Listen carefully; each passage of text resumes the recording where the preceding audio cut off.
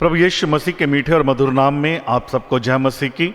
इफिसियों की पत्री उसका 6वां अध्याय और उसके 12 पद के अंदर लिखा हुआ है, क्योंकि हमारा ये मल्लयुद्ध लहू और मांस से नहीं परंतु प्रधानों से और अधिकारियों से और इस संसार के अंधकार के हाकिमों से और उस दुष्टता की आत्मिक सेनाओं से है जो आकाश में है।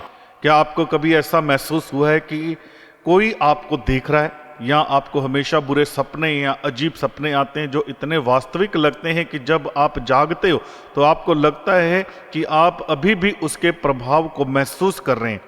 और मेरा मानना यह है कि हमारा उत्तर जो है वो जवाब में होगा हाँ। और हम सभी जानते हैं, और इसका कारण यह है कि हम एक आध्यात्मिक युद्ध में हैं, और अगर हम उठकर वापस लड़ना शुरू नहीं करते तो हम हमेशा हार जाएंगे। और इसे हम मसीह आध्यात्मिक युद्ध कहते हैं, जो बुराई की आध्यात्मिक शक्तियों के खिलाफ लड़ाई में शामिल होना है, जिसका उद्देश्य उन पर विजय प्राप्त करना है। और हम प्रार्थना, विश्वास और ईश्वर की शक्ति के माध्यम से ऐसा कर सकते हैं।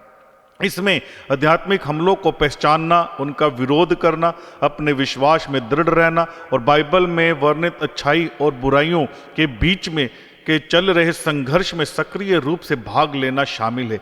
हमारे जीवन में आध्यात्मिक लड़ाई जीतने के लिए 3 बातों को जानना बहुत जरूरी है। सबसे पहली बात इस बात को समझना कि हमारे 3 दुश्मन हैं। नंबर 1 जो है शैतान। पहला पत्रस का 5वां अध्याय और उसके 8 पद को जब हम पढ़ते तो वहां पे लिखा हुआ, सचेत हो और जागते रहो, क्योंकि तुम्हारा विरोधी शैतान गरजने वाले सिंह की नाई इस खोज में रहता है किसको फाड़ खाए। यूहन्ना की अंजील उसका 10वां अध्याय और उसके 10 पद के अंदर लिखा हुआ है, चोर किसी और काम के लिए नहीं परंतु केवल चोरी करने, घात करने और नष्ट करने को आता है। मैं इसलिए आया कि वह जीवन पाए और बहुतायत से पाए।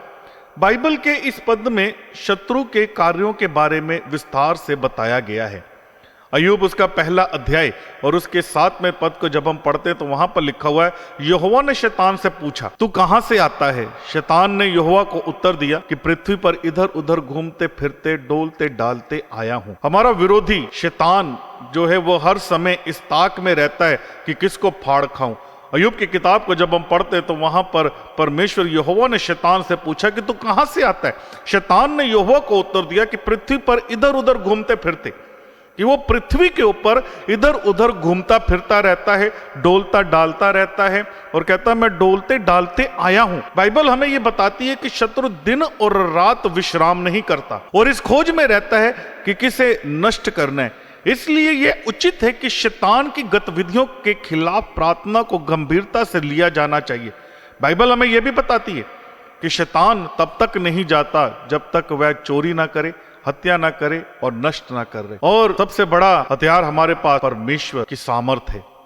दूसरा जो है हमें इस बात को समझना है, और वो ये है कि ये संसार, 1 यूहन्ना उसका 2 बाब और उसके 15 और 17 पद के अंदर लिखा हुआ है, तुम ना तो संसार से और न संसार में की वस्तुओं से प्रेम रखो। यदि कोई संसार से प्रेम रखता है तो उसमें पिता का प्रेम नहीं है, क्योंकि जो कुछ संसार में अर्थात शरीर की अभिलाषा और आंखों की अभिलाषा, जीविका का घमंड, वह पिता की ओर से नहीं परंतु संसार ही की ओर से है। और संसार और उसकी अभिलाषाएं दोनों मिट जाती हैं, पर जो परमेश्वर की इच्छा पर चलता है वो सर्वदा बना रहेगा।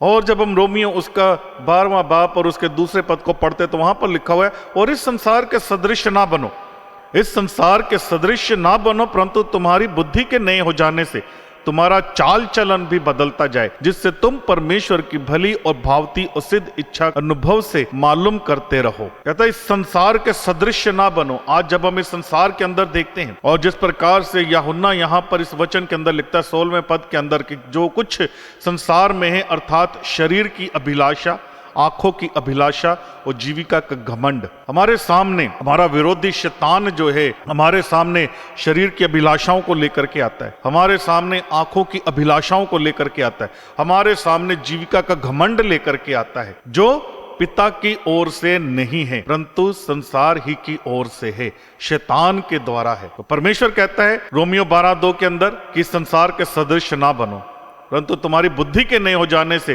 तुम्हारा चाल चलन भी बदलता जाए। कुलुसियों उसका 3 बाब और उसके 2 पद के अंदर लिखा है, पृथ्वी पर की नहीं परंतु स्वर्गीय वस्तुओं पर ध्यान लगाओ, दूसरा कुरिन्थियों और उसका 4 बाब और उसके 18 पद के अंदर संत पौलुस लिखता हुआ कहता है, और हम तो देखी हुई वस्तुओं को नहीं परंतु अनदेखी वस्तुओं को देखते रहते हैं, क्योंकि देखी हुई वस्तुएं थोड़े ही दिनों की हैं परंतु अनदेखी वस्तुएं सदा बनी रहती है। दूसरी बात जो है हमें वचन सिखाता है और वो ये संसार। तीसरा विरोधी जो हमारा है वो है शरीर। पहला पत्रस का 2 बाब और उसके 11 पद के अंदर लिखा हुआ है, हे प्रियो मैं तुमसे बेनती करता हूं कि तुम अपने आप को परदेशी और यात्री जानकर उस संसारिक अभिलाषाओं से जो आत्मा से युद्ध करती हैं बचे रहो। पत्रस इस पत्री के अंदर बड़ी सुंदर बात को लिखता हुआ कहता है, तुम अपने आप को परदेशी और यात्री जानकर उस संसारिक अभिलाषाओं से जो आत्मा से युद्ध करती है बचे रहो।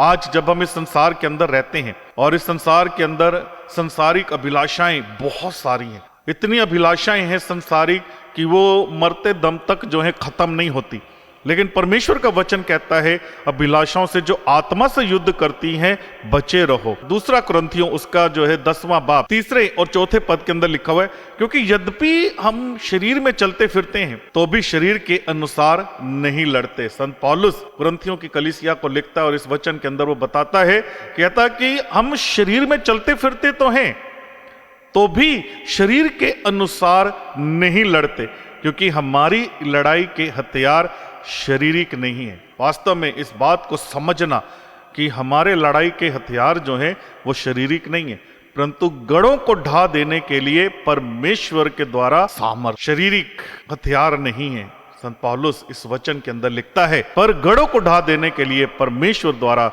सामर्थ्य है। मत्ती की इंजील उसका 26वां बाब और उसके 41वें पद के अंदर लिखता है, प्रभु यीशु मसीह ने कहा कि जागते रहो और प्रार्थना करते रहो कि तुम परीक्षा में ना पड़ो। आत्मा तो तैयार है परंतु शरीर दुर्बल है। आत्मा तो तैयार है लेकिन शरीर दुर्बल है।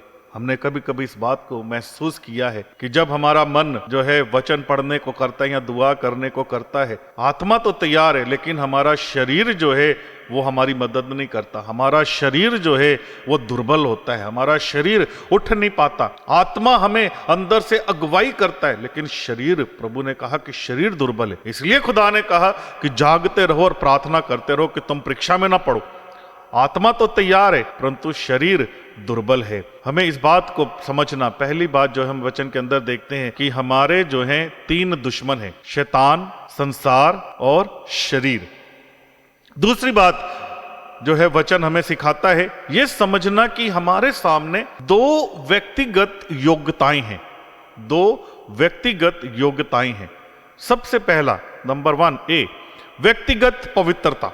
पहला पत्रस उसका पहला अध्याय 13 और 16 पद के अंदर लिखा हुआ है, इस कारण अपनी अपनी बुद्धि की कमर बांधकर और सचेत रहकर उस अनुग्रह की पूरी आशा रखो जो यीशु मसीह के प्रकट होने के समय तुम्हें मिलने वाला है। और आज्ञाकारी बालकों की नाई अपनी अज्ञानता के समय की पुरानी अभिलाषाओं के सदृश ना बनो, पर जैसा तुम्हारा बुलाने वाला पवित्र है वैसे ही तुम भी अपने सारे चाल चलन में पवित्र बनो, क्योंकि लिखा है कि पवित्र बनो क्योंकि मैं पवित्र हूं। व्यक्तिगत पवित्रता। हमें कोई देख नहीं रहा, हमें कोई जांच नहीं रहा, हमारे ऊपर कोई कैमरा नहीं लगा हुआ, लेकिन ये हमारे अंदर से, हमारी आत्मा से हमें ये एक सेल्फ इवेल्युएशन जिसे हम कहते हैं कि अपने आप को जांचना। जब हम अपने आप को जांचते हैं कि मेरी व्यक्तिगत पवित्रता कितनी है, और मेरा ये मानना है कि हम सब जानते हैं कि मैं कितने पानी में हूं। वचन कहता है क्योंकि लिखा है कि पवित्र बनो क्योंकि मैं पवित्र हूं। और इसी का दूसरा व्यक्तिगत गवाही। ये समझना कि हमारे सामने 2 व्यक्तिगत योग्यताएं हैं।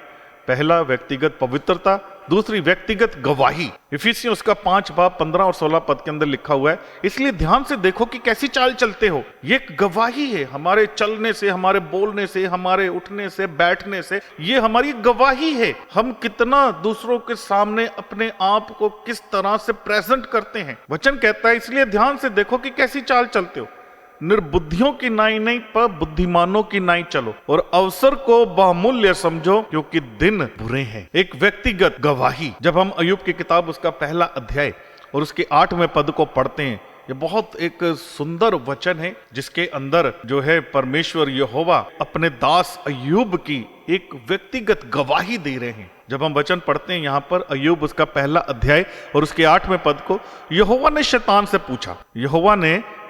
से पूछा क्या तूने मेरे दास अय्यूब पर ध्यान दिया, क्योंकि उसके तुल्य खरा और सीधा और मेरा भय मानने वाला और बुराई से दूर रहने वाला मनुष्य और कोई नहीं है। परमेश्वर यहां अय्यूब के विषय में गवाही दे रहे, एक व्यक्तिगत गवाही। परमेश्वर का वचन हमें इस बात को सिखाता है कि हमें यह समझना कि हमारे सामने दो व्यक्तिगत योग्यताएं हैं, व्यक्तिगत पवित्रता, व्यक्तिगत गवाही। तीसरी बात यह समझना कि हमारे पास दो हथियार हैं। पहला हथियार परमेश्वर का वचन। इफिसियों उसका 6वां अध्याय और उसके 11 पद से लेके 13 पद तक जब हम पढ़ते हैं, वहां पे लिखा है परमेश्वर के सारे हथियार बांध लो।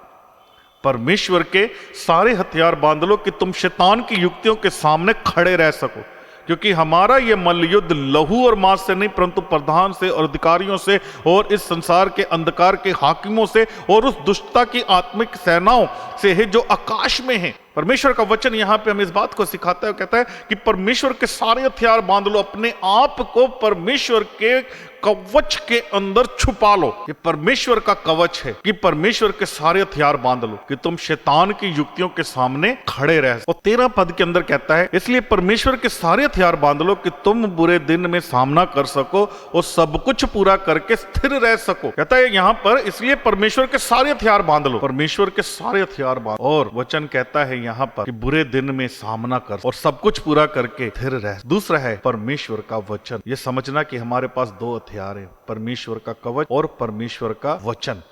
इफिसियों उसका 6वां बाब और उसके 17 पद के अंदर लिखा है और उद्धार का टोप और आत्मा की तलवार और परमेश्वर का वचन ले लो। परमेश्वर का वचन एक शक्तिशाली हथियार है जो झूठ को उजागर करता है और सच्चाई को सामने लाता है, जैसे कि इब्रानियों उसके 4 बाब और 12 पद के अंदर लिखा हुआ है, क्योंकि परमेश्वर का वचन जीवित है और प्रबल है और हर एक दोधारी तलवार से भी चोखा है, वो प्राण और आत्मा को और गांठ गांठ और गुदे गुदे को अलग करके वार पर छेदता है और मन की भावनाओं और विचारों को जांचता है। परमेश्वर का वचन आज हमें इस बात को सिखाता है कि हर एक विश्वासी कहीं ना कहीं किसी न किसी मोड़ पर एक आध्यात्मिक युद्ध का सामना करता है और आध्यात्मिक युद्ध जो हमारे सामने रोग, बीमारी, चिंता, परेशानी, दुख, मुसीबत, तकलीफें लेकर के आता है, लेकिन परमेश्वर का वचन हमें इस बात को सिखाता है उस अदृश्य शत्रु के सामने खड़े रहना और अपनी आध्यात्मिक लड़ाई को जीतना। हमें इस बात को समझना होगा कि हमारे 3 दुश्मन है, पहला शैतान है, दूसरा संसार है, तीसरा